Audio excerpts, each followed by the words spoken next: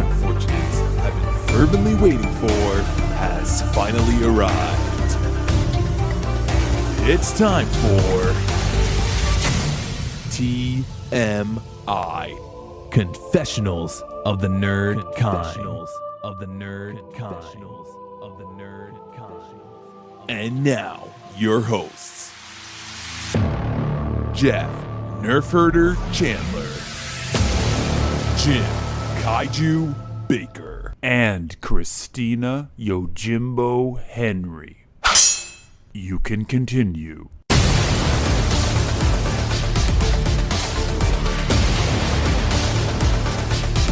And now, let's get on with the show. Here is TMI. Yeah, it was a lot of walking. And then, you factor in wandering the floor. So unfortunately, I went with a mission to get a bunch of autographs, and a lot of these guys are now charging, which I don't blame them in this day and age with graded comic books. But when Frank Miller's charging me $80 for him to put his name on my book, I got to walk away. You know why he's charging? Because people turn around and sell it on eBay. This is the first Comic-Con, New York Comic-Con in 2 years, obviously, because of COVID. Sold out Friday and Saturday. I was there on Sunday. Yeah, and I just need to clarify. Welcome, everybody who is listening. I did not skip last week's episode because of the content. I just want to make that clear. It's just a happy coincidence. No, I know, but it was like, oh, they're talking scary movies, so Jeff's out. And I'm like, no, I already had plans. I will say, after listening to you talk about these two movies, I would maybe be inclined to watch Pearl more so than X, but I did not just skip out because I didn't want to talk about those movies. So, but back to your point, you were talking about, these vendors who turn around and sell this stuff. Yeah. This became an issue. There's an artist, Peach Momoko from Japan, and she's been doing the circus for the last couple of years, but now she's really hitting it big. And this became a huge issue, which were vendors were showing up at her table because she was doing free signings and remarquees, which for anybody who doesn't know is little drawings on the cover of the comics. So they were lining up, taking advantage of her generosity, having her sign and draw on books, and then taking them back to her table and selling them for ridiculous amounts of money. Yeah. And so she tried to put a stop to that. That became a big, huge issue. I did hear that there were quite a few fights, which blows my mind. Comic-Con should be the happiest place on earth outside of Disney. And we had a gentleman, a cosplayer, who actually had a heart attack and died. Oh, my gosh. On the floor on Saturday. Yeah, I guess the EMTs came and couldn't revive him. Was it because of his suit? Was he wearing such a big suit that he couldn't? I don't know. I guess he was a young guy, but I just... Oh, a young guy. Okay. Yeah, he wasn't, as far as I know, he wasn't that old. He was a cosplayer. A lot of people knew him. I unfortunately, I don't know his name. But I feel like we should bring in a Ghostbusters. That there might be like some angry ooze underneath the streets of New York City. So what kind of security measures were they taking at these resellers that were reselling? Did they have cattle prods and I think what happened was that Peach and her handler had to kind of step up and deal with these guys, and it became a big, huge issue. And they moved her off the floor. When I got there on Sunday, I couldn't find her. I had one book I wanted signed.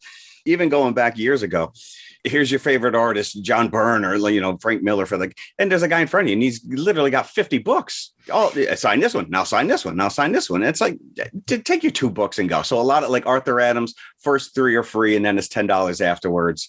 A lot of these guys were signing 1 or 2 books. Like with a stated limit, yes, more correct. than 2. Yeah. Yeah, correct. A lot of times you have to do that. Like I've done, just as an author, I've done signings with people who were significantly bigger sellers than me. And like people get in line. I did a signing with Terry Brooks and like people get in line with all of his books. Yeah. It's like Terry Brooks is not going to sign all of his books for you. Just get one. I mean, I get it.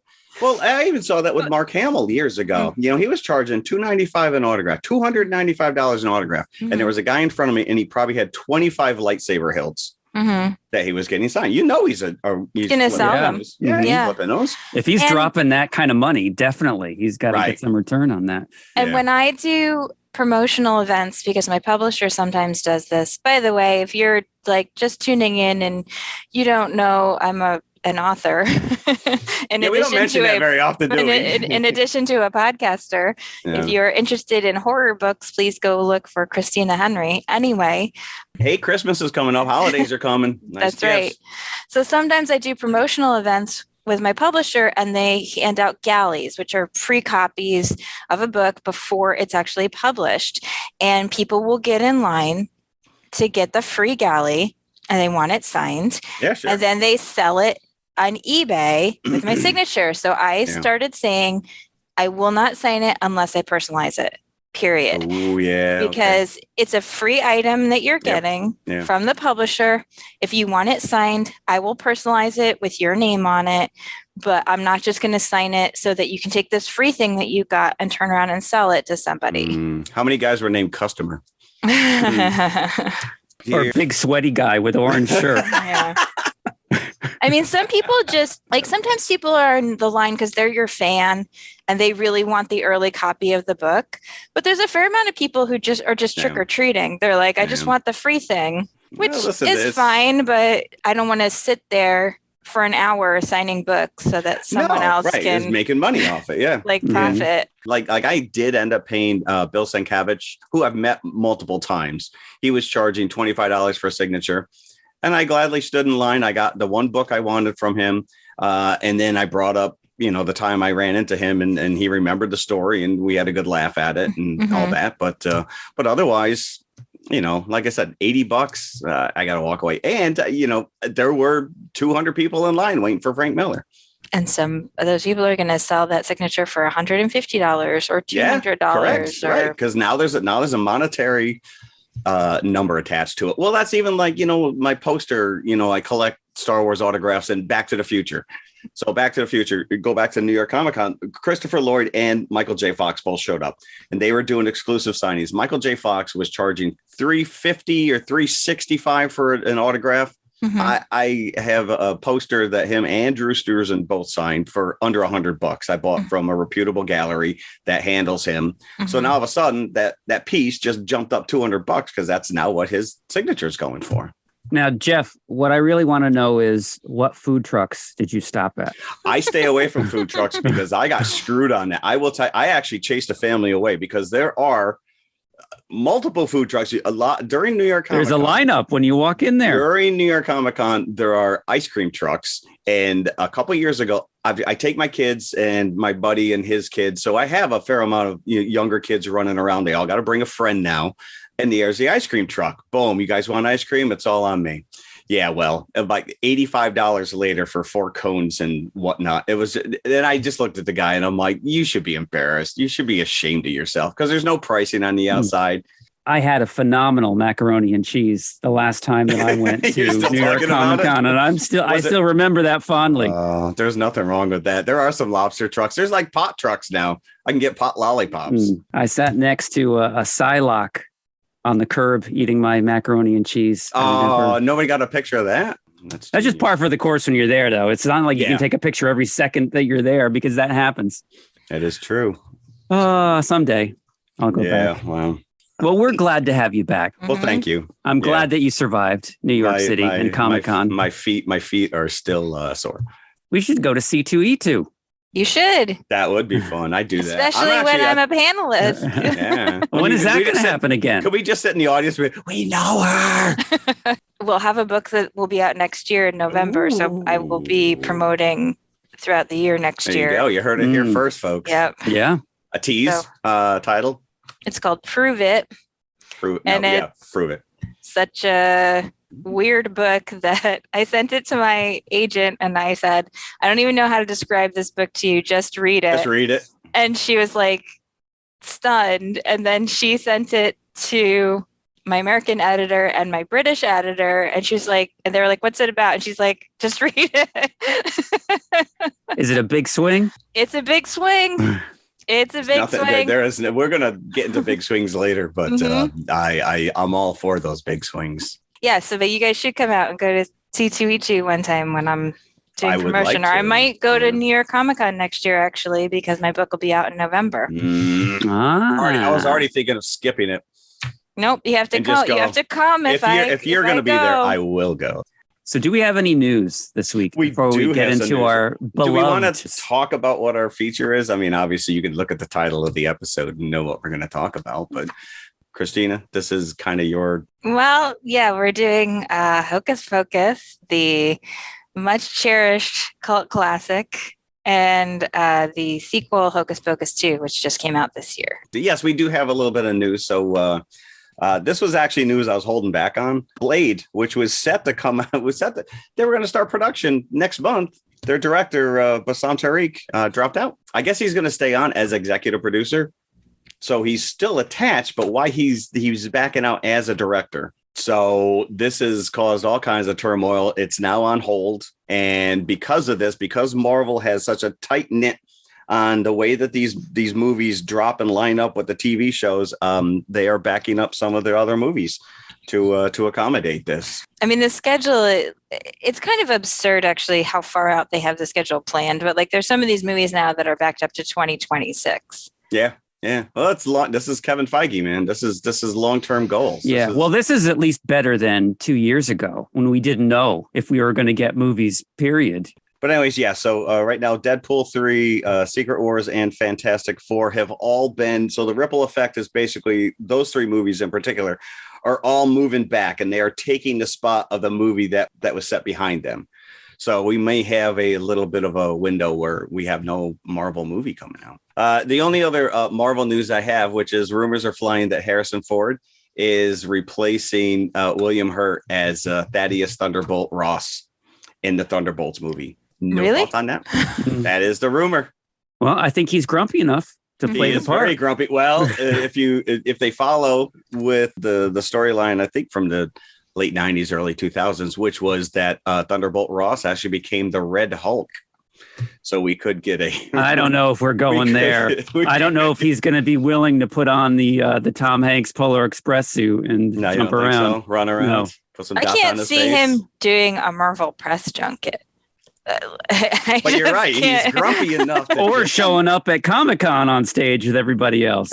He shows up to Star Wars. Begrudgingly, I'm sure. Yeah. Well, now we could take his 1,200 a signature and double it, because now we'll be in the Star Wars and Marvel universe. No, we do have to mention in memoriam, we did lose Angela Lansbury and Robbie Coltrane. Robbie Coltrane, I was so upset about that. Yeah, and every headline is Hagrid, but he's done quite a few things. And Cracker, he's so good in Cracker. Yeah. If you've never seen that, you should seek it out. He is fantastic. Also, this is a little obscure, but I don't know if you guys are familiar with a documentary called American Movie, which came out about 20 odd years ago. It was kind of a hit on the indie circuit. It was about a independent filmmaker in Wisconsin, and he was trying to make this little horror movie he called Coven, not Coven. Coven. Coven? I-N or E-N? Coven. C-O-V-E-N, but he called it Coven. Okay. And it's a great, great documentary. He was a real character, but his best friend who always supported him, Mike Schenk, who's in the documentary, he actually just died over the weekend. I didn't know who he was, though. Yeah, I did see that. And he was only in his early 50s. So it's you said the movie is called American Movie? It's called American Movie. If you've never seen it, it's a great, great documentary. It's a foreign film. And it kind of ties back into what Jim and I were talking about last week about do-it-yourself filmmaking. Yeah. It's really a story about a guy trying to get the funding and everything he needs to make this little movie. Is the documentary better than the movie itself? Well, that's what I'm asking. Is kinda. Is it one of these Terry Gilliam Man of La Mancha where it's like a movie's never made, but you made a movie out of the guy trying to make a movie? He made the movie. It was a short film. Okay. He did finally get it made, but the documentary is so entertaining. Really, really is. So if you've never seen it, go seek it out. It's really fun. Okay. American Movie. Rest in peace, Mike Schenk. All right. So that brings us to Hocus Pocus. Wow. I can't believe you've never seen it. I have never seen it. Outside of maybe the trailers when it first came out. So you had to be aware of course. Amok. That word cannot be uttered in my house without everyone immediately jumping into that. But that's about the only thing that I took from it. Besides the three leads, I didn't know who was in it or what exactly the story was. If they were friendly witches or if they were mean witches or what have you. I knew nothing. They're kid-killing witches. They are not. This movie's not messing around. There is child abduction and murder, right? Well, it's from a Mick Garris script, which originally was much darker, apparently, than what we got in the final film. Disney's like, we need to lighten this a little bit. Let's put the animatronic undead cat in there. Now, Christina, did you see this in the theater? I did. Yes, of course you did. So, unabashedly, a Halloween movie set in Halloween. They release it in July in the of summer. 1993. And it was me and a friend of mine who I convinced to go. He didn't particularly want to see it. And there were maybe like 5 other people in the theater with us. I mean, there was nobody watching this movie at the time. This is one of my sister's favorite movies of all time. And this is a movie that I watch every year and have watched every year since it came out. And my son was shocked that there are people who've never seen this movie because he's watched it every year because he grew up with me. Sometimes it does look like a kiddie movie. I was 22 at that time. Yeah. And I'm like, I can skip this. Yeah. Yeah. It's very, very, this is a movie that you have to lean into in order to enjoy. You cannot be emotionally disconnected from this movie. You have to lean into the campiness of it and the one-liners and just kind of go with the flow and the fun of it. This is probably one of the top 5 most quoted movies in my house. Well, like I said, I mean, you can't say the word amok without going amok. I mean, just so many lines. The first thing when Winnie comes out, and she's like, another glorious morning makes me sick. Yeah. I will say these 3 lead characters kill this. I mean, literally, they kill it. And they kill little kids. Yeah. Sarah is our favorite, all 3 of us. In this they could come up with a better name first. Well, here's my thought. As I'm watching this, I can tell that either they're thinking the other 2, Bette Midler and Kathy Najimy, are probably really? Do you have to steal every scene that you're in? Can you tone it down? Obviously having fun. Your eye goes to her. Whenever the 3 of them are in a scene together, that's invariably where you go because she's doing something. Yes. Even when she's in the background. Yeah, correct. And she always gets the laugh line because there's a line later when he says, what did I do to have such idiotic sisters? And Sarah's like, just lucky, I guess. Yeah. She always gets the laugh line. She always has something unexpected every single time. And, she's always looking at you with those big, dumb blue eyes. She's great. She's just so great. But the thing we're going to talk about this in the context of the second film, but they really try to have these kids be real characters, which is something that I like. I think that the relationship between Max and Danny feels like a real relationship between a brother and a sister. The way he's so much older and she's still little and she's like, I want to have fun with my brother and then he won't do what I want, so I'm going to act like a brat. It's so cringy when Danny's like, I have my big brother with me, when they encounter the bullies in the street. And then she kind of makes everything worse just by being an 8-year-old. I like the way that their relationship feels real. I feel like the screenwriters did try to make it, even though this is obviously a script that went through more than one rewrite, to soften it up, to make these characters feel like they're real kids in a real place.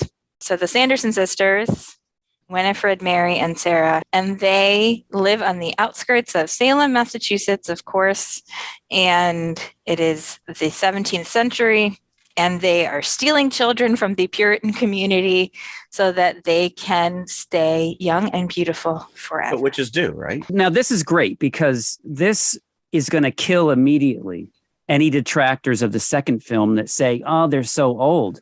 They were older at the beginning of Hocus Pocus. So they're just coming back as they were, as you saw them in 1693. Right. So they kidnap this little girl, Emily Banks. Her brother Thackeray tries to save his sister. He's unable to. His sister dies. This is a Disney kill movie. This little girl. And she is dead in the first 10 minutes. No, Disney goes all in on this. Because I was thinking, because again, I didn't know what to expect. Right? I'm like, oh, they're misunderstood. They're just taking her into the woods for some other thing. Yeah. No, I guess the only thing not. missing was a gingerbread house. Why don't you come in, have some food? They are not misunderstood. So, and then they curse Thackeray to be a cat that lives forever so that he can live with his guilt for not saving his sister. This is mean. This is evil. Worse than killing the girl. They're like, now we're just going to curse. I don't think it's so bad. I don't think it's so bad. He gets run over by a car and then comes back. But then he comes back. He's a zombie cat. This is like Beauty and the Beast for me. I like the Beast is the Beast. I think he should have stayed the cat at the end of the movie and went and lived with Thora Birch and her big brother.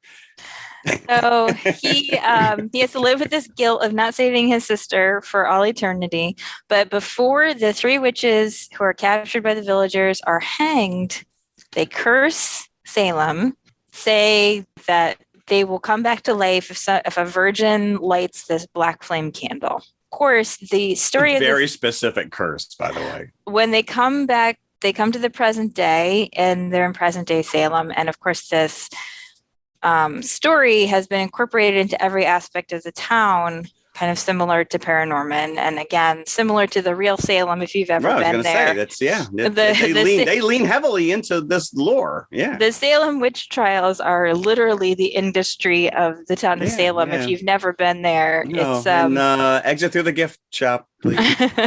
There is a family that's just moved to Salem from California. So it's Max, his little sister Danny, his parents, and he is unhappy. He's a teenager who's been forced to move all the way across the country.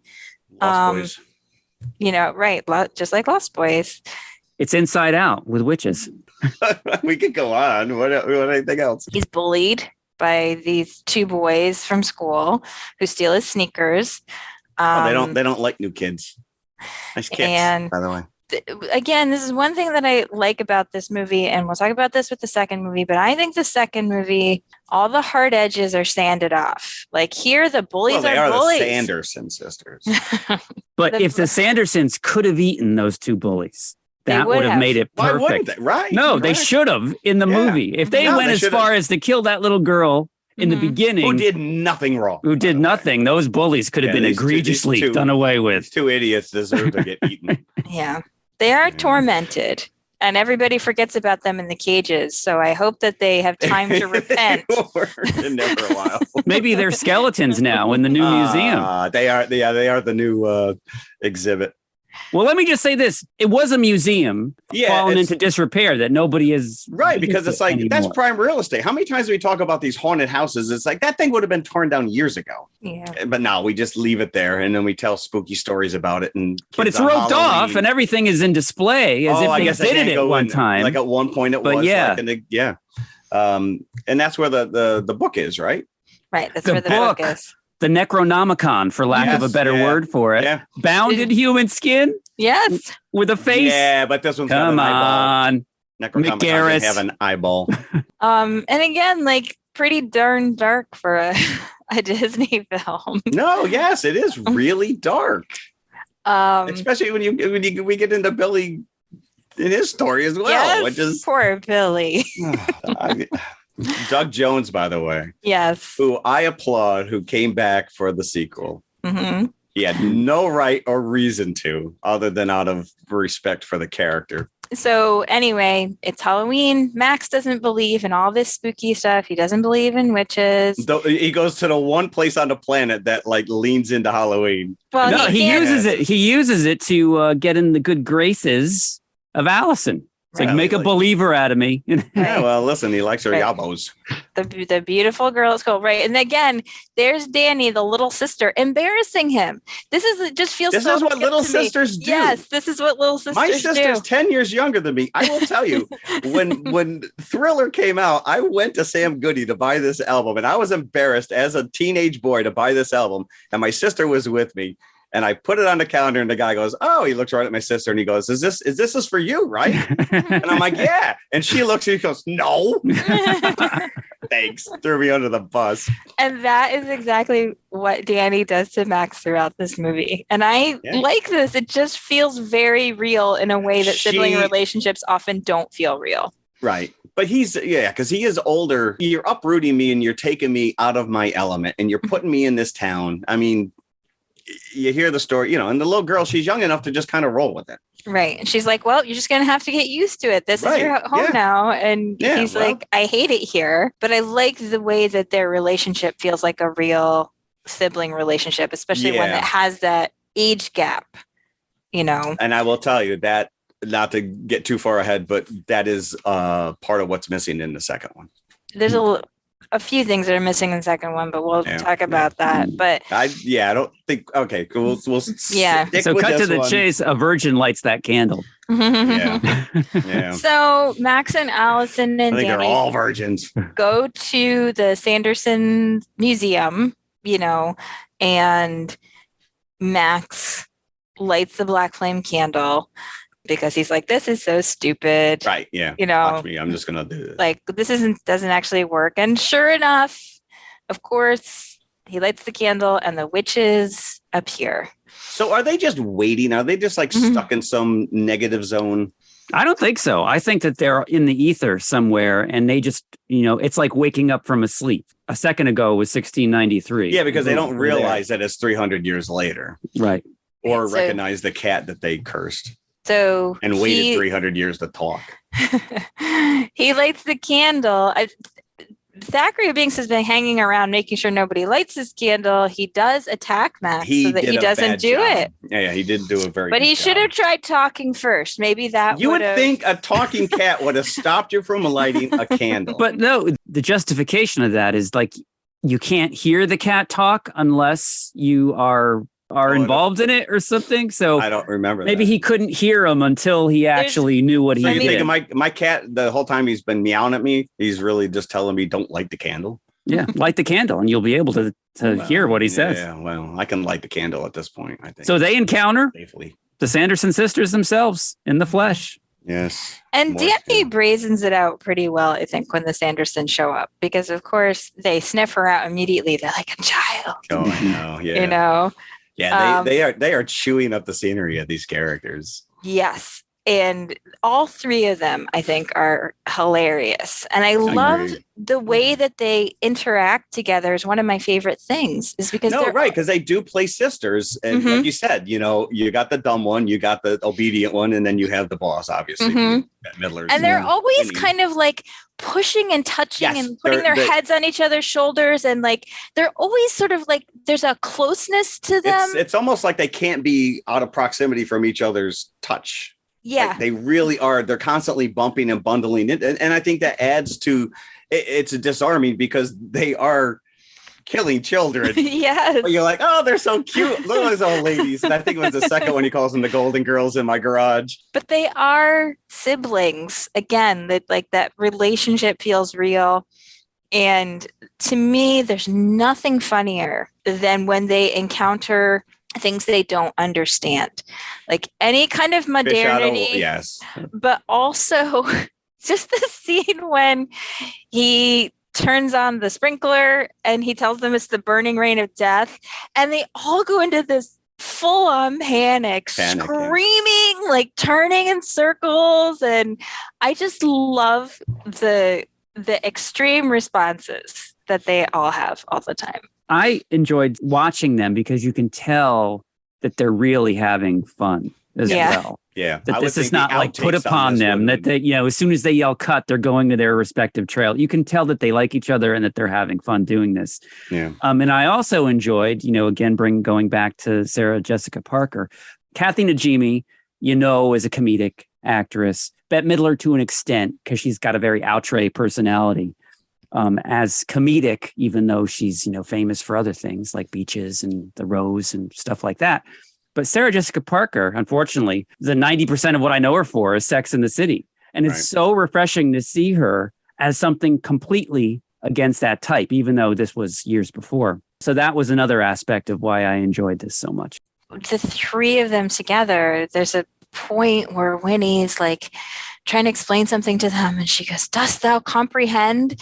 And then Mary's like, "Well, you explained it beautifully. You started out with the adventure part." And then Sarah cuts in again with those big blue eyes. "Explain what?" Right. Like, she doesn't even know what's going on. What are you talking about? What's going on here? It just illustrates so clearly the relationship between the three of them in that one interaction. And everything is turned to 11. Every response that they have is extreme. When the little girl dressed as an angel blesses them and they start screaming, I mean, it's just such an extreme response. But again, you kind of have to lean into the campiness of this movie to enjoy it. And obviously the showpiece is I Put a Spell on You. Yeah. Which I think is cool that she actually, Bette Midler, sang this in costume on her last tour with the with the backup singers dressed as the other sisters. Yeah. That's cool. This is where I'm like, this is ridiculously fun. Like how is it that no one has taken this franchise and turned it into a straight up musical? They are. Apparently, there's supposed to be one in the works. There's one in the works. Yeah, that was my idea. Whoa! That was my idea.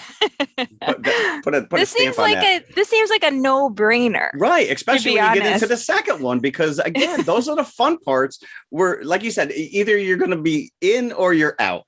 Yeah. But when they break into song and they curse the crowd to dance until they die, and I'm like, I want more of this. To be honest with you, but it makes sense though that something like the musical can't happen until now because, as we were saying, it was released in July 93 and it was not a box office success. So it's only taken these years of it being on cable television, rerun time after time. Of and now this sequel, due to fan demand, being made. So now this might be a viable option to put this on Broadway and people would come to see it. Yeah, Bette Midler actually really enjoyed doing this. She has been saying since like 2015, I would do a sequel.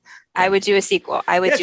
She's the one who really kind of pushed this. And because of that, we're now getting Sister Act 3. So thanks for that, Bette. And Sarah Jessica Parker was like, this isn't the movie with Kim Cattrall. Yes, I'll do a sequel.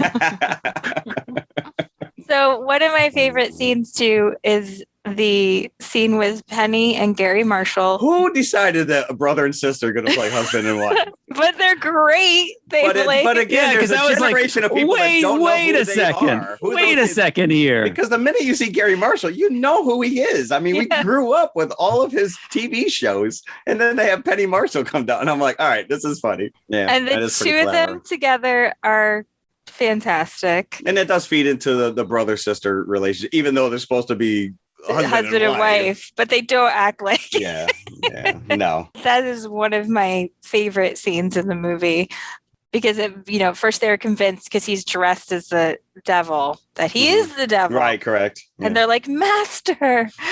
And Laverne's not having any of that in her house, so she kicks him out. Such a great scene. But going back to the kids try again and again. They sort of do the right thing. They keep trying to get an authority figure but to help this is them. Everything from Gremlins to Goonies. It's the parents don't believe it's up to the kids to save the day. Yeah. It's a kid fantasy. The kids have to defeat these evil witches because no one else believes what's going on. They try to talk to a cop. It turns out it's a guy in a costume. That was another funny scene. That was great. Yeah, because he really kind of like dismisses him, and then his girlfriend comes out and he's like, "You're never gonna believe what just happened."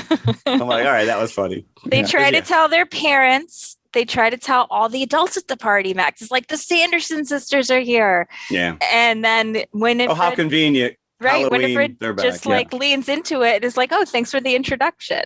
Yeah. Which is great. And then she curses them like, "Dance till you're dead." So they dance until the end of the because now you put the parents out of commission. Yeah.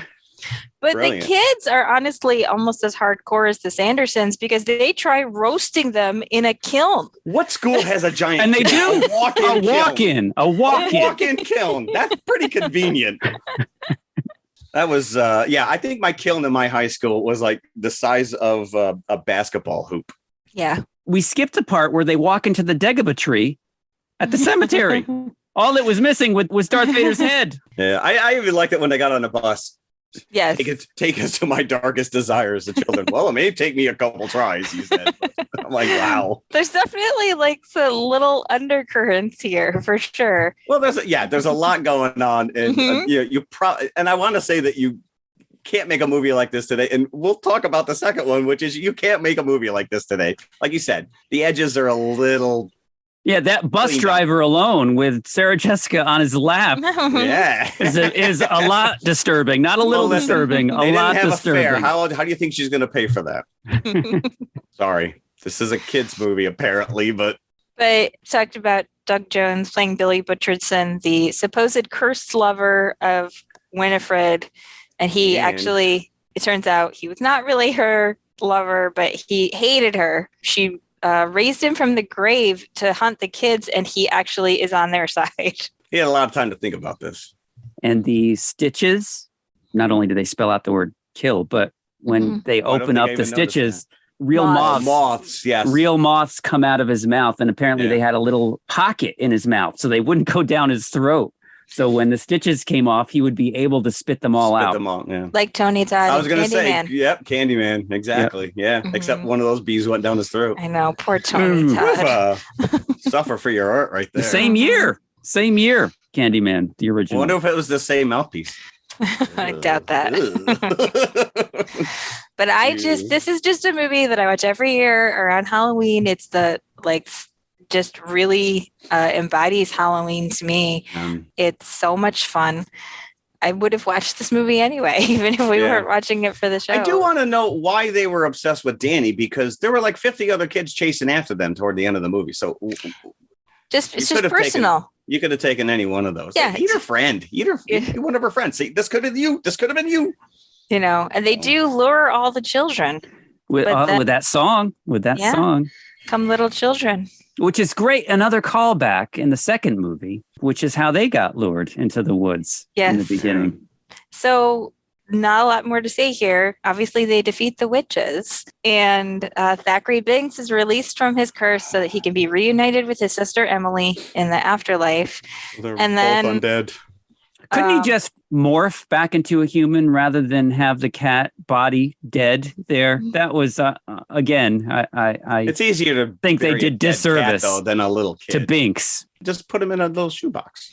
At the end of the movie, the bullies are still in the cages singing "Row, row, row your boat." And they definitely deserved this because they were terrible. They stole kids' Halloween candy. But my question, how can Billy get back into his grave if they've surrounded it in salt? Can they throw him? He's not a witch. Like, he's not. No, that's supposed to protect you against witches, zombies, the whole deal. Demons. Yeah. Maybe it's because he's essentially good. Mick Garris, come on, man.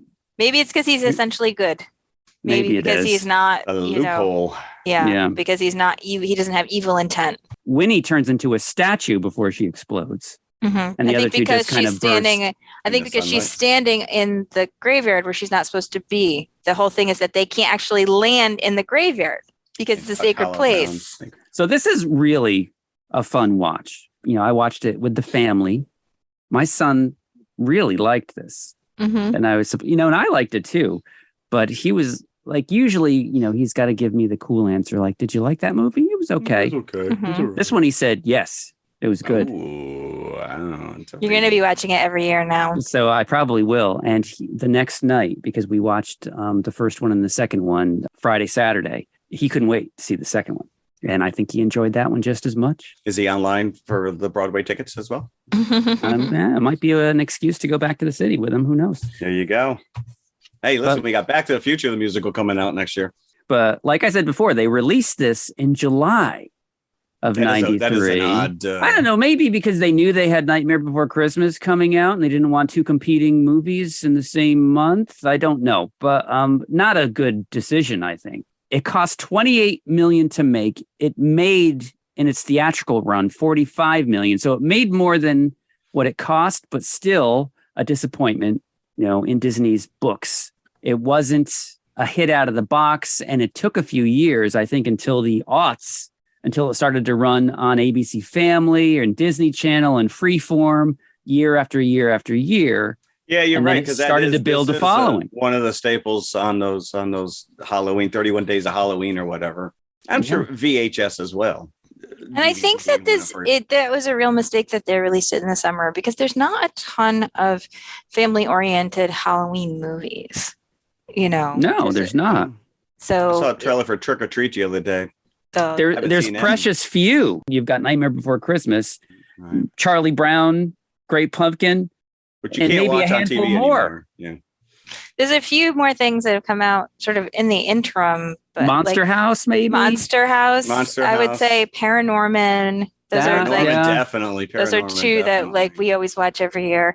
But Nightmare Before Christmas, I don't even consider that a Halloween film. No, I watch that as a Christmas film. I do. There's too much. There's so many Christmas choices that I pull back Nightmare Before Christmas. I usually watch Nightmare on Thanksgiving weekend because it's halfway between.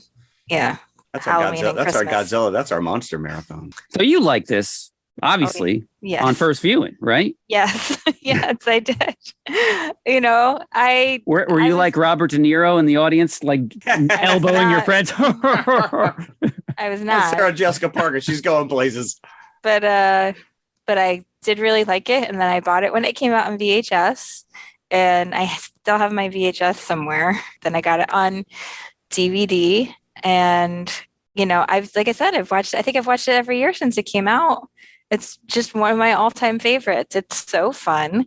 And if you just want to watch something that sort of puts you in that Halloween spirit without necessarily watching a scary movie, it's perfect. Now, can you imagine? I read that actually they were considering Leonardo DiCaprio for Max. And he didn't do it because he had Gilbert Grape. Interesting. Most of the reviews at the time were not favorable. Roger Ebert, Chicago Sun-Times. The old curmudgeon. He's back. A confusing cauldron with a lot of hysterical shrieking. From him, by the way. I like all that hysterical shrieking. Entertainment Weekly gave it a C-. Ooh. Acceptable, scary, silly kid fodder that adults will find only mildly insulting. Mildly insulting. Because once again, the parents are left out of the equation, and it's a kid's movie. It's straight up a kid's movie. But it's fun. I think these people miss the point. It is fun to watch. Well, let's send the test. I completely understand now. Millions of dollars of merch out there that you can buy. I think that was another point with that. Bette Midler was like, "Yeah, there's people love this thing. Why are we not doing more of them?" Yeah. So. Well, and at Disney World, during their Halloween celebration now, the Sanderson Sisters come out with the villains during the musical that they do at the park. Oh, that's cool. So it's even been the last few years in the park, they've embraced the legacy of this movie. And if you go into a Spirit Halloween, they're like the unofficial mascots now of Spirit Halloween. Oh, yeah. Well, I'll tell you, I see a lot. People got Halloween decorations out for the last 3 weeks, and the inflatable Three Sisters are pretty popular. Christina, you probably know a bit more about this than I did. I just read a blurb on it that Sarah Jessica Parker discovered that her 10th great-grandmother was arrested in Salem for witchery. I did not. You did not know this? Okay, no. I don't know if this is true, but I'm going to just read you what I wrote down. Arrested in Salem in the late 1600s for committing sundry acts of witchcraft. And for choking a neighbor to death. Okay, I'll give you that. Choking the neighbor. Yeah, the sundries are just, she put Parmesan in one of her recipes. Yeah. She did not go to court, and she was not burned nor hanged. So it's a happy ending. We didn't do the burning here. That was not a thing that we did we just waterboarded them, right? Yeah. Was that just Vincent Price? Burning was overseas. He only did that? Okay. We're not quite those heathens. There is one person in Salem who was pressed to death, which is horrible. It's as horrible as it sounds. He was pressed between two large rocks. Yeah. pressing? Who's doing pressing? But we did not do. It's like a big, like a Raiders of the Lost Ark kind of a rock that rolls on them. It's like round and flat, and he was pressed. He was milled to death? Beneath it. There were hangings, but we didn't do the burnings here. I think there were a couple of the thing where they put the witch in the water. And waterboarding, yeah. No, not waterboarding. I think it's called dowsing. So if you put them in the water and if they float, they're a witch. And if they drown, they were innocent. like the same way that you can tell if ravioli is ready. Right. So if you float, obviously you're using your evil powers to float and stay alive. And if you drown, if you sink, you're innocent.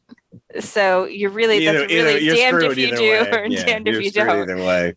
Look, she's got a witches association card on her. So there was alternate casting considered for the three witches as well. The movie was written with Cloris Leachman in mind for Winifred. Oh, interesting. Rosie O'Donnell was asked to play Mary. Would have been different. It would have been. Yeah. And Jennifer Lopez auditioned for Sarah and did not get it. Just as well, Bette Midler does point out that this is the favorite of her movies. Wow. You could just tell she's having a blast. Yeah, no. They're all having a blast. All three of them are. You didn't bring up the fact that the cat Binks is Salem from Sabrina the Teenage Witch. Same animatronic cat. It's not a real cat, by the way. Well, some scenes there are, but some scenes there were. It's not a real cat? What? It's mixed. It's a mix. No, but I appreciated the fact that they put peanut butter on you. You could tell that it was like they superimposed the face on a real cat in a lot of those scenes. Yeah, there was a couple scenes. Yeah. I will say that the flying special effects are very dated for 93, and I love the fact in the sequel that they look just as cheesy as they did back then. All right, so what kind of buckets, what kind of cauldrons would you give? Look at you. The Hocus Pocus. Eye of Newts, a bucket of Eye of Newts. I'll go 3.5. I'm going to go 3.5. I know. A what? A cauldron? A cauldron full of candy corn. Ooh, that's disgusting. I'd rather eat the newts. I like candy corn. Do you like the orange peanuts too? I don't like orange peanuts, but I like candy corn. Nobody likes orange peanuts. Styrofoam. Who made those? Just like nobody expects the Spanish Inquisition, nobody likes the orange peanuts. I said 3.5. I'm going 3.5. I know Christina's going much higher. I'm going to say like 4.5. How much is there? 4.5. Fair enough. Listen, we knew going in what we were in for. It's the second one that we're curious about. I'll match Jeff with his 3.5. This is a completely unexpected 3.5 for me. I was just blank slate going into this, and I'm surprised that I liked it as much as I did. Listen, you get 3 homicidal kid killers. What's not to like? I'm so glad that you liked it. I really am, because it's just... Well, like Jim said, if you didn't champion this, we would not have talked about Hocus Pocus 2. By any means. We would have just glossed over it. But here we are. So let's go to the concession stand, and maybe we'll pick up your Eye of Newt, Jeff, and whatever else we can find. Dead Man's Toes. I like that. They had that little. Okay. They had the toe fight in the beginning of the movie. It was pretty funny. So we'll be right back to discuss Hocus Pocus 2. Don't forget your lucky rat tail. It was a Halloween party where fantasies come true. I put on Showtime makeup and did a dance or two. The boys and ghouls were hanging out like vamp and tigress too. My Showtime face was all in place, then Rock Angel, I saw you. It's Showtime, the adult Halloween makeup. Showtime is hypoallergenic, more comfortable than masks, more fun too. You know you are my fantasy, but I can't speak to you. Make up a Halloween fantasy with Showtime makeup. The Halloween experts at Magic Manor have everything you'll need this year, including actual character masks from famous motion pictures. And they can show you the proper application of makeup to impress that special someone. Magic Manor's professional hand-painted custom masks start as low as $250. This Halloween, remember Magic Manor. Wigs, masks, makeup, costumes, shockingly authentic. Magic Manor, East Wind Mall. And we're back. Hocus Pocus 2. I've seen a lot of negativity about this movie online. Really? Yes, I have. And so I was wary of Hocus Pocus 2, hoping that it wouldn't besmirch the original. Now, did it or not? It's not terrible. It's not. It's a screaming review. It's not terrible. Endorsement. Okay, so like all the bad reviews, I think people are being very extreme. Well, that's the world we live in now, right? Yeah. Yeah, unfortunately. It's fine, and there's a lot of fun callbacks to the first movie if you're familiar with the first movie. Sam Richardson is adorable, as always. I'm always happy to see Sam Richardson. The biggest problem I have with this movie is you know nothing about these girls. No, They're nothing. This is a storyline that they set up and they dropped the ball significantly because they could have. This is what I was saying before, which is the brother-sister dynamics in the first movie, which you care about these two characters. You don't get that at all with these three girls. Now, I was hoping for some more legacy characters other than Me too. the sisters Yeah, themselves. no, because you don't Just get because Danny. there was a lot of online stuff about Thora Birch not being in this, not because she didn't want to do it, but because that she had a scheduling conflict and they actually asked her to do it. So knowing that going in, I thought that the other legacy characters would be in there and just they would be missing her or they would recast her, but it's not the case at all. There's nobody. No, you get the three sisters and that's it. No Binks. That's another huge miss. You got a cat, Billy. but he doesn't talk. Well, Billy. and Billy Billy. has nothing. Billy. And Billy, they bring him back for nothing. He does absolutely nothing in this movie. But- Loses his head, chases after the other guy. He does nothing. He brings absolutely nothing to the role. But the thing I feel is, like Roger Ebert now yelling. What am I like doing here? you just don't really know anything really about these girls other than that they were friends. There were three girls who were best friends. The one girl now has a boyfriend and she doesn't hang out with the other two as much. And the boyfriend kind of seems like a jerk, although it turns out he's not really a jerk. He's Just a big stupid. misunderstanding. Yeah. Yeah. So, and that's what I mean. Like the edges are sanded off. Like in the first movie, the bully is a bully, and Well, in here it's like, have that. the You bully Is he a jerk or not? No. But I think, to me, I was, again, pleasantly surprised by the sequel. It wasn't, like you say, it wasn't bad. And in my opinion, you're not here for those three girls. You're here for the witches. Right. And they do. And I loved the beginning that shows them as little girls. That's the And what happened to promise. them. This is the promise of this whole movie. When you start with them as little kids and you see them encounter the witch in the woods and you're like, I want to know more about this. Like where they got the book from, how they became who and what they are. Because you're setting up the dynamic of the three sisters versus the three friends as this confrontation that never really comes to fruition. Well, this is the thing. They soften everything in this, including the Sanderson sisters. They're not so evil in this movie. Yeah. You're supposed to feel a lot of sympathy for them because they're driven out of their community and all they have is each other. Winifred's in a full-on panic because she's supposed to marry. She's supposed to marry somebody, and the elder says he's going to take away her sisters.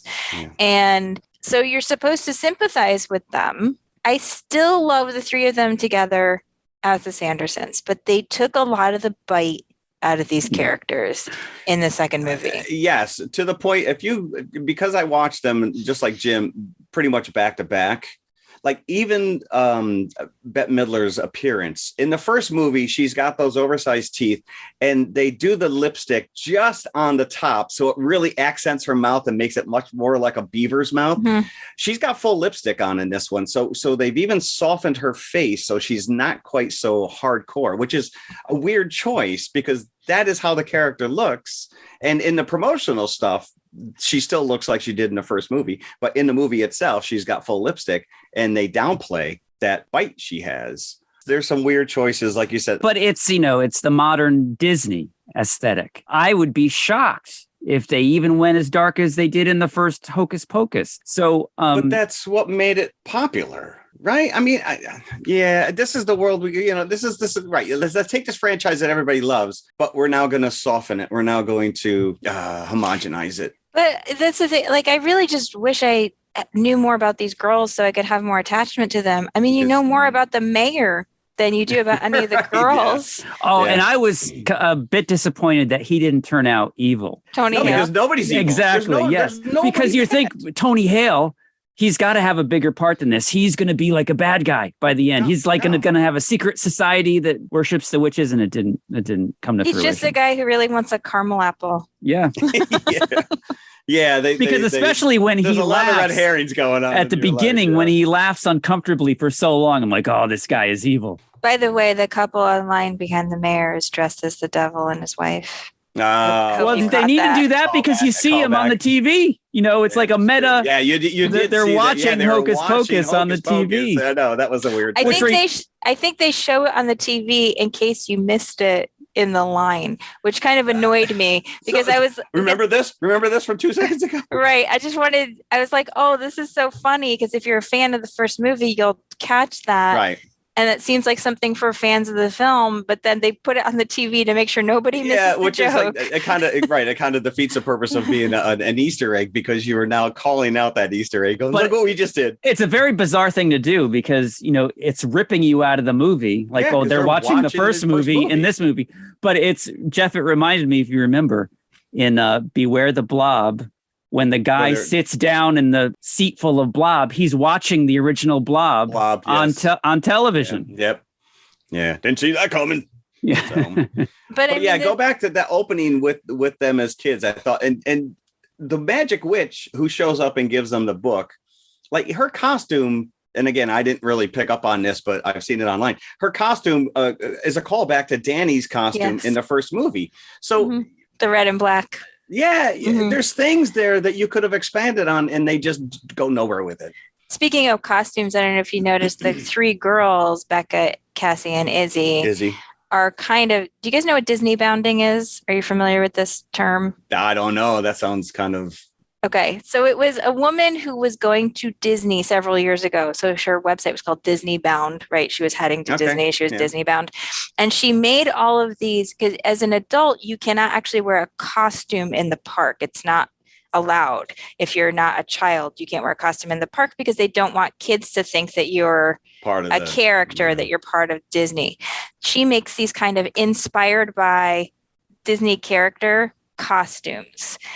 Not costumes, they're like real clothes, but they're inspired by Disney characters. As an example, say like she wants to go as Tinkerbell. So she'll wear like green shorts and like a gauzy shirt, and like she might have her hair up like Tinkerbell and wear like white flats. So you kind of have that Tinkerbell coloring and like inspired by style without actually being the costume. If you're curious, you can go look. The website is disneybound.com. It's very fun. She has a lot of really fun designs. Sounds like a naughty website to me, but the characters in this look like they're Disney bounding Max, Allison, and Danny from the first movie because they're all in the same color schemes as the three original characters. I didn't pick up on that at all. Cassie's wearing a long white cardigan like Allison's. She also has Max's tie-dye t-shirt. Becca is wearing a green jacket like Max does, and Izzy's wearing red like Danny does. So they all are kind of. It looked to me like they were Disney. They were Disney bounding the original. Interesting. Characters.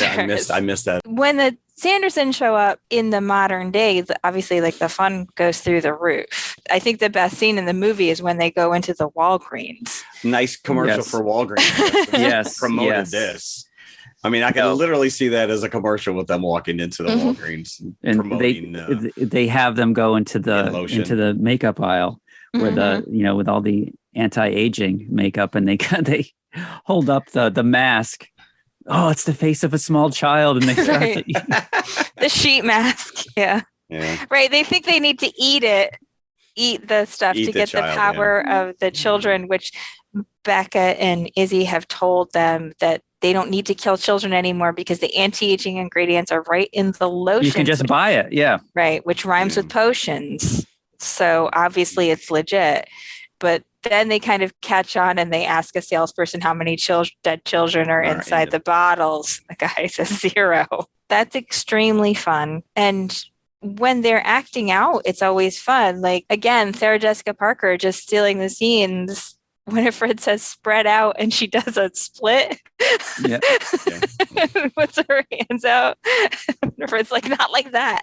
I feel like there's a Scooby-Doo joke there. And then when they leave the Walgreens and they don't have their brooms because they've been taken by the trick-or-treaters, Winifred finds the broom in a display. And they're like, what about us? And then you see Sarah with the Swiffer Right. Whatsoever, yeah. bubbling behind her. And then Mary has the two Roombas. That she's, Yeah, yet more product placement. Which they do use actually. The Roombas save them they from come assault into it. circle. They're a plot point a little bit later. What we didn't talk about yet is that at the beginning, they set up this mother witch that tells them that the woods are a sacred place. She also sets up the book, which she hands over to them. And the Magica Maxima spell makes the most powerful witch ever. But you can't do it. The book won't even do that spell because it'll bring you sorrow. And she doesn't really say why or how, but you find out at the end. So that has to come back. That spell is coming back at the end, and it does. Right. And Winifred doesn't bother to read the warning, which the book keeps trying to show her. Yeah. Look at the warning over and over. And this is when you're supposed to, again, have some sympathy for them because. But why shouldn't you? Why shouldn't you have sympathy for them? They're beloved characters. Why shouldn't you have sympathy for these child killers? Yeah. You don't feel threatened by them at all. But in this, you don't, because it turns out the thing that Winnie most values is her sisters. And if you do this spell, then, she will lose her sisters. She's not Winifred without them. And that's exactly what was threatened to her at the beginning of the movie. At the beginning. Right. Yeah. Now, let me just say, I also appreciated that they made Jell-O at the beginning of the movie with pig hooves. And my wife had to tell my son, that's really how they make That's Jell-O. really how you make Jell-O. What? I don't know if you caught this, but we didn't talk about this, but Kathy Najimy, her character, she talks out of the side of her mouth. Yes. And in this one, early, when the Sanderson sisters first come back, she makes a joke or whatever, and Winnie slaps her. And it goes to the other side. Now goes to the other side of her mouth. She had to do that out of necessity. She said after 30 years, her mouth could not do that, what she did in the original movie anymore. So they wrote that in there to explain why she was talking out the other side of her mouth. I thought that was really funny and clever. So, and it's a throwaway thing you don't really pay attention to, and you probably don't even notice that the other side of her mouth. They all seem very happy to be back in these roles. And again, we get the song, we get the a number, which is, again, I want more of that. Which is great. And this is another meta moment when they're on stage and suddenly she looks around and there's all these impersonators, they're all dressed as them. Yes, Ginger Minge, who plays Winifred, the one Winifred with the speaking part on stage, is a very famous drag queen who's actually appearing in Chicago, down the street from me at the Venus Cabaret this week, doing a Hocus Pocus Halloween badge. Why wouldn't you lean into that? Right, you're in the movie now. The cabin still exists, and it's still a museum. Well, now it's successfully run by Gilbert Sam Richardson, and he is complicit. It turns out he seems like the kindly proprietor at the beginning that, knows the most about the Sanderson sisters. And he does, but too much. He knows Becca and Izzy, and he knows it's Becca's birthday. It's like, oh, take the special candle, this birthday candle, which looks a little disturbing, this candle. I think that there's actually pills you can take to fix what is wrong with this candle. But they take the candle and it brings back the Sanderson sisters. You can't have them come back without appropriating that Elton John song. The witches are back. Witch is back. The witch is instead back. of the bitches back. Yeah. So at least you get two songs from them in this one. So now once the witches are back, they have Gilbert as like an indentured servant. So you have to bring us all these certain ingredients for this potion. And one of them is the head of a dead lover. So this brings Billy Butcherson back into the story. So as you were saying, Jeff, this is really the only purpose that he's in the movie is that they need his head on the barrel head, again, played by Doug Jones. But who else could play it besides him? I know. I just wish he had more to do. He's not just a pretty face behind some makeup. So now the book doesn't want to do the spell. So the book finds itself on the side of the girls. And then now Billy is on the side of the girls because he's upset because Winifred has sullied his name throughout the centuries. As you find out in the very beginning when they're kids, I only kissed you once in the cemetery. And she's hung a lot on this one kiss. Yeah, I guess so. He apparently did like Sarah better. But she says at the beginning, I am betrothed to Billy Butcherson because she thinks that they're going to get married because of that one kiss. He kissed her. That's it. That's all it takes. But the elder is trying to marry her off to someone else who she doesn't want to marry. And it turns out he doesn't want to marry her either.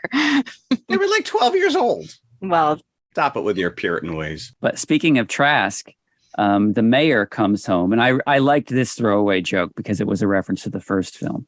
When the garage opens and they're still stuck in the salt circle, one of them says, "Oh, look, it's just a tiny bus," and they know what a bus is because of the first movie. Right. So Winnie becomes the most powerful witch, but she realizes the cost that she has to pay is that her sisters can no longer exist if she takes this power. So in order for the book to reverse the spell, they have to send Winnie where her sisters went. So that's how they defeat them this time around. Is that It's all Winnie very willingly goes just to be with her sisters again. Yes, it's all very gentle. Like, we know you like these witches and you'll be upset if they are exploded at the end. So even though we exploded them once before and they still came back. So they'll just gently drift away into the dust and Winnie will join them because she loves her sister so much. You know, it's very fun when all three of them are together. Again, I love Sam Richardson. I just wish I cared more about these girls who are not developed as characters at all, really. Oh. You know nothing about them. Nothing. No. And I didn't really care. No, you don't care about you them don't at care all. because you don't know. You're not given any kind of even with subtitles on, I didn't know what their names were until about halfway through the movie. Really? Because there's like no emotional grounding like you get with Max and Danny in the first movie, where it's like they're fish out of water, you know, and they have this family relationship that you just don't have that here. No. Like, these characters are so undercooked, and it's really to the detriment of the film because you should care about them at least as much as you care about the Sanderson sisters. Yeah.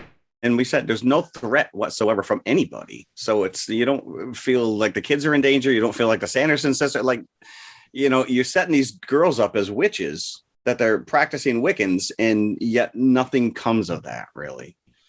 You know, whether they go up against the Sanderson sisters or they come together, the six of them to fight, you know, let's go full on Afterlife Ghostbusters. Well, if you stuck around after the credits, they did leave an open door, so they might just bring these three girls back along with the witches. The book opened its eye again? Yeah, there's a little post-credit scene with Cobweb, the cat, which my son was very convinced there was something going on with that cat.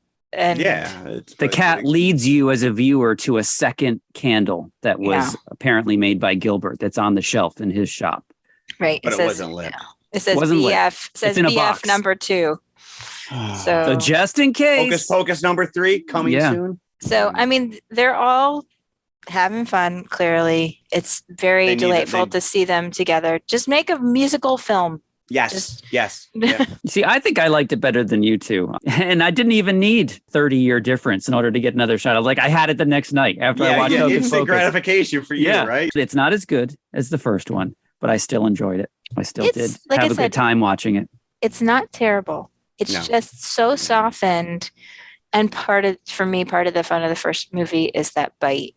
And they've taken it away. Interesting. I stuck around for the credits because I kind of felt that there was a scene coming up, and I was reading some of the names of the cast. Mr. and Mrs. Smith, who the girls are going to be given to at the beginning, meaning Sarah and Mary, are played by Charlotte and Ed Peed. So that is an unfortunate name if I ever heard one. The little girls who played them were all really good. Yes. Yeah. Captured their mannerisms, and especially the little girl who played Sarah, because Sarah's always kind of like touching herself. She's always got her hands like on her waist, her neck, like she's always kind of going like this, and or touching her hair. And the little version of Sarah was doing the same thing. So we may not be as generous with the cauldrons on this one. I'm going to go 3. So I thought it was good. Had a good time watching it. I'll also say 3, but you understand it's a much bigger takedown from the first movie. Yeah. Because I gave it the first you were much higher than me on the first one. Yeah, I'm going 3 as well, but I'm going to throw in some circus peanuts.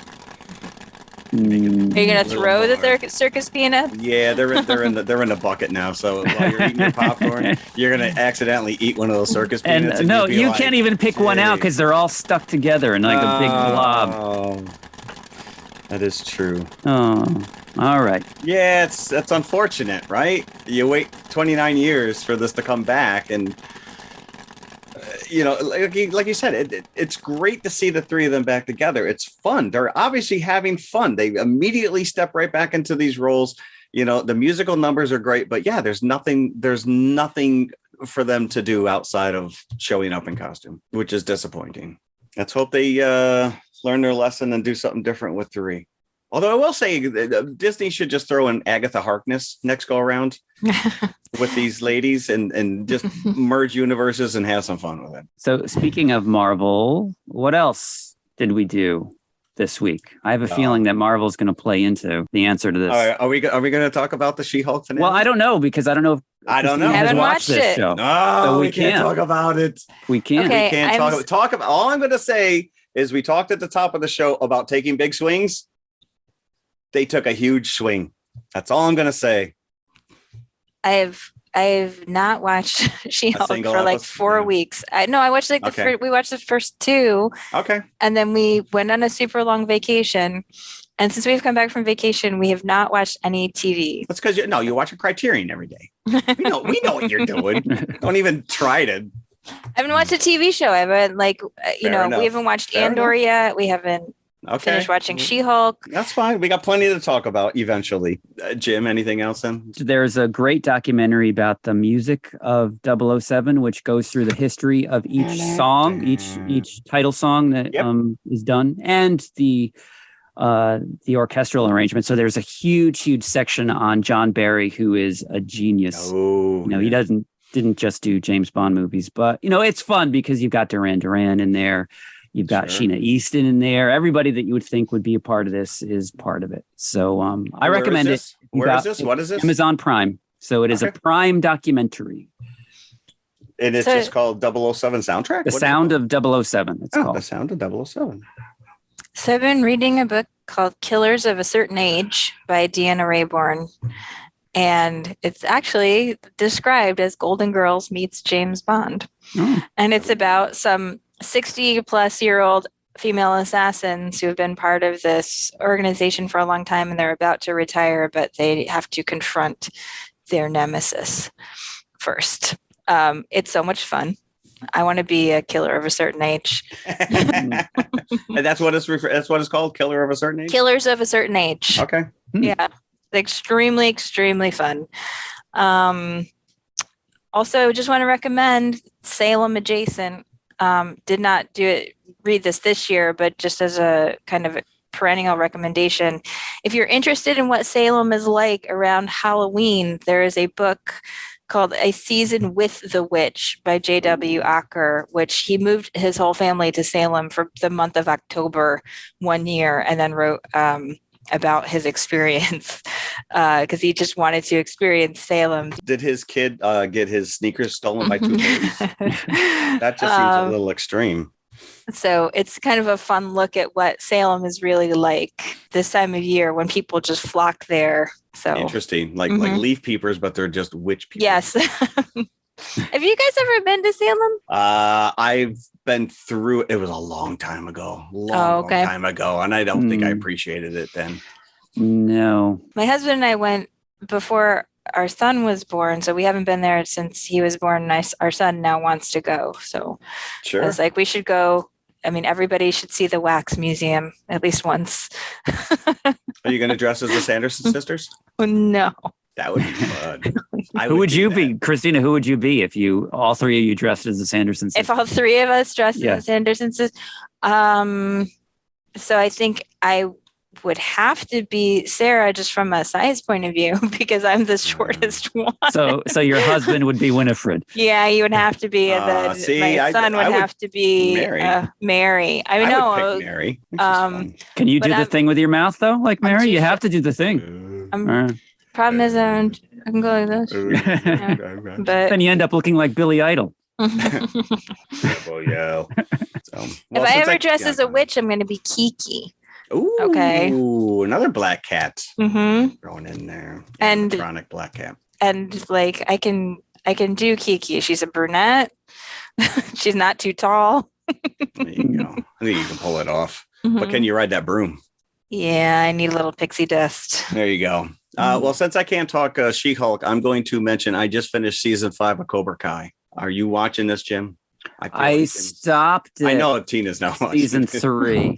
Oh, really? Because they had. This is funny. They had such a long. It was at the season where they had like the 20-minute fight in the halls of the high school. Yes, correct. I'm like, there's no way that they're going to get better than this. I think I should end it while you they're just ahead. bail out now. Well, Yeah. I tell you, so we finished it last night, and I will say this is probably one of the few shows that my wife actually is invested in watching with me. As much as she tries to sit on the couch and read a book while I'm watching, she can't help herself. And there was an episode, I think it was episode 5 of this season, where the two of us were sobbing. They completely played. This is soap opera dredge.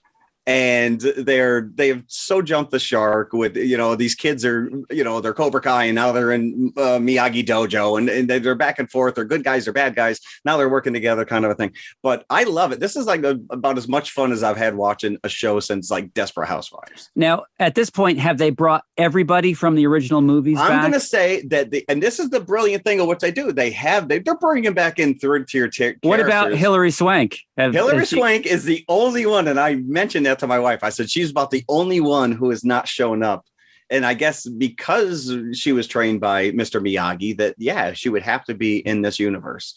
But otherwise, and they do the nice little flashback, and they kind of remind you who that character was. You see him younger age or whatever. But yeah, Hilary Swank is about the only one left. Because they had Elizabeth Shue. She was on there a couple of episodes. But I think if you really want to play it up, season 6, I think, is going to be the last season. They could have easily just ended it this season, but it would be great if Hilary Swank comes back as the bad guy. So, but I enjoy the show immensely, and I've had a lot of fun with it. And again, it looks like they're having fun, and they're kind of throwing expectations around a good guy, bad guy kind of a thing. So. So there you go. I would recommend it. They're only like half an hour episodes. So this is one of the few shows too that really kind of leans into the binge watching aspect of it, where you can just bang through like 5 episodes in an afternoon. They're fun. They play right into each other. So that's it. That's what I did. So that's this week. What about next week? I've already seen our first feature. Yes. You have? Is that because it's on Peacock? No, you saw it in the theater. I saw it in the theater yesterday because it's swim meet season, so I have to. You gotta get them in where you can. Swim meets.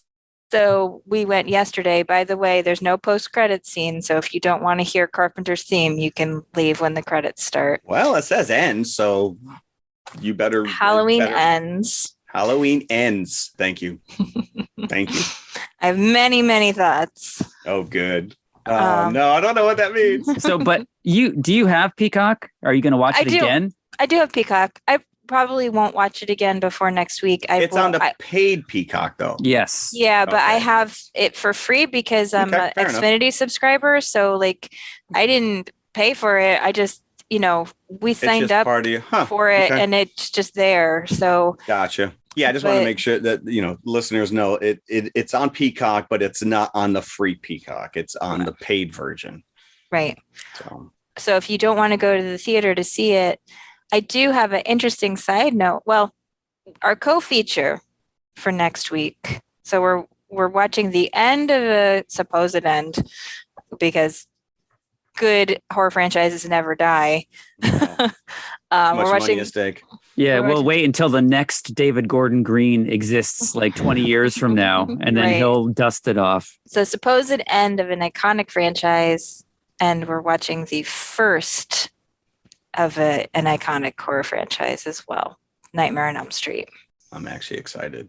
This movie scared the crap out of me when I saw this movie scared me. This is one of the few movies in my life that has ever really scared me. The body bag dragging through the hallway. Now, was just too. We'll get into this next week, obviously, but I think the Freddy Krueger character has become really a caricature of himself over the subsequent movies, and you kind of forget how much power the original has.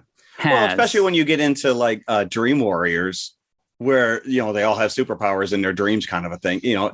you can't help it. They suddenly become comic book. And I think the other aspect of it is that, everybody knows Robert Englund without the makeup. Pretty much anybody, that's genre adjacent would know who Robert Englund is, from V or whatever else he did, while the actors that play like Jason or Michael are all behind the mask, nameless. Yeah. So that's another aspect, is your over familiarity. But the power of this first one is really kind of unmatched in that whole series. And we'll talk about it next week. Cool. Yeah, because I had a huge crush on Nancy.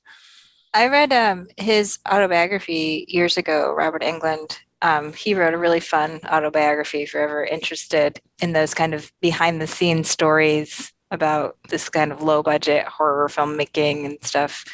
It's really fun. You should check it out.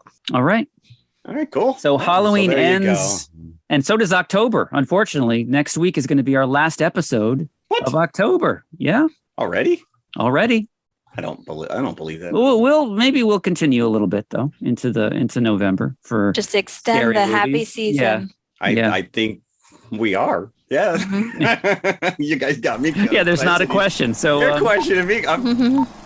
So thanks again for listening, everybody. Come back next week. As always, thank you very much. Bye. Bye. Hey, everybody. If you like what you just heard, be sure to follow TMI Confessionals of the Nerd Kind on Apple Podcasts, iHeartRadio, Spotify, or whatever you listen to your favorite podcasts on. Be sure to hit that subscribe button and then share it with your fellow movie nerd friends. It means the world to us and helps our listenership grow. You can also find us on all of the socials, Instagram and Twitter at TMI_podcast 2018. We're on Facebook and YouTube as well. Just look for the Popcorn Bucket. You can help support this show by visiting our TeePublic page for some TMI branded goodies such as hoodies, t-shirts, mugs, and stickers. TeePublic.com/TMI Confessionals, all one word. A 5-star review would be incredibly nice as well. I'm just saying. Thanks again for listening. We truly appreciate you. Be sure to come back next week. We'll save some popcorn for you. It's like, take the special candle, this birthday candle, which looks a little disturbing, this candle. I think that there's actually pills you can take to fix what is wrong with this candle. But they take the candle and it brings back the Sanderson Sisters. You just made a Peroni's joke. I'm such a child. Okay. Did I just stop the... No, I think I did. You actually... Sorry. Well played. That was the biggest laugh I got on this whole thing.